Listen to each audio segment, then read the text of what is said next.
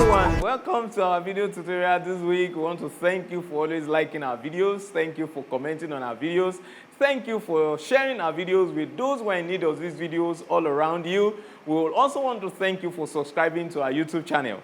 Thank you always. We are here again this week to talk about shadows. You remember sometimes ago we talked about shadows, and this week we want to talk about how we are going to deal with shadows. How can we deal with shadows in our movies? Let's go.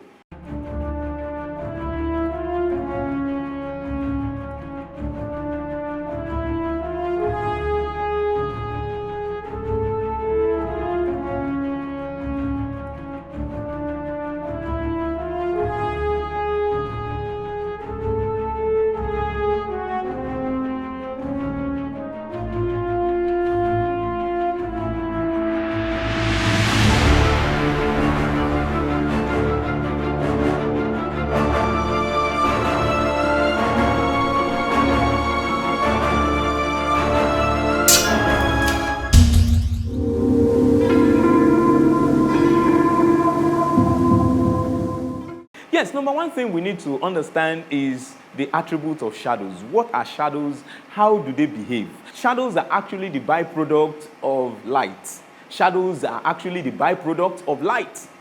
And they will always be available as long as you have light. Just like we have light around me now, there are shadows. But one thing you must understand is how you will deal with those shadows, that shadows will not distract your audience from watching your movies. This is what we are dealing with today. Shadow will always obey light. Shadow will always obey the behavior of light to come against it. Shadow will always obey the behavior of light. You should know that. The higher your light, the lower your shadows. Shadow will always obey the behavior of light to come against it. Shadow will always obey the behavior of light to come against it. What do I mean? When I light from the right, my shadow falls on the left. When I light from the left, my shadow falls on the right. When I light from the top, my shadow falls below me. Light from the top, shadow falls below. When I light from below, my shadow falls up. So these are the attributes, these are the way shadows obeys light to come against it. Now, so how do you now manage these shadows? How do you manipulate these shadows? Number one way of managing a shadow without allowing your shadow to distract your audience from watching your movie is light positioning. Number one way of managing your shadow is light positioning. When you position your light higher, then your shadow falls down. Then the first thing you need to know is to understand what type of shot am I taking? What do I want my audience to see? And what I want my audience to see, if the shadow is now falling into a position that is distracting my audience from seeing what I want them to see, then I need to introduce a light position that can throw my shadow away from what I want my audience to see. This is the number one way by which you can manage your shadow.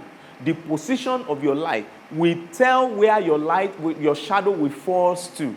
So if you position your light above, and then you are taking a close shot of a talent, possibly you have your shadow falling on the floor, which the camera is not going to see even when you are recording, because the camera is not seeing the floor.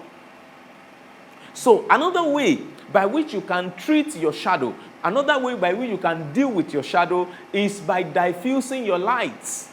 Super diffusion of light will reduce the strength of your shadow. And when the strength of your shadow is reduced, then your audience will not be distracted by whatever shadow that is coming on board. Like as I'm here now, there are shadows around me, but most of these shadows are not distracting the audience from seeing me because my lights are super diffused. My lights are super diffused. The only light I do not diffuse is the background light that illuminates the background for me. So the light, when your light is super diffuse, you soften your shadow. You make your shadow to be very light from the audience side. The shadow becomes very light from the audience side.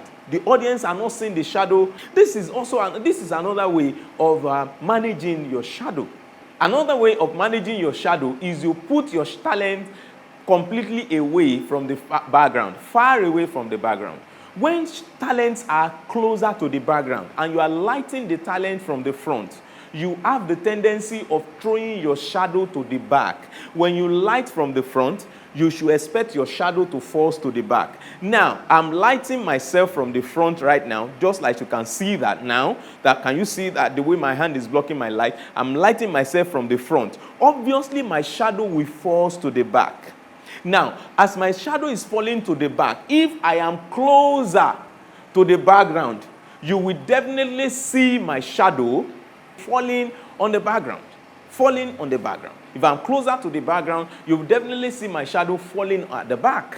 It's falling on the background. So one of the ways you can also deal with your shadow is to put your talent far away from your background so that you will not see you will not see the talent's shadow falling on the background. And if it is compulsory that your talent must be closer to the background, for example, a talent is leaning on the wall, a talent is leaning on the window, a talent is leaning, is looking through the window, you know, all of those things, they are very, very close to the background that the camera is going to see. And then it's unavoidably, that is the way you need to shoot. The best way to deal with your shadow is to super diffuse your light so that your shadows can be very, very mild, so that your shadow can be very, very soft from the audience to see what shadow is falling on the background. These are simple ways by which you can deal with your shadows while shooting your video projects. Thank you for watching our video tutorial this week. My name is Kunle Adepoju. God bless you.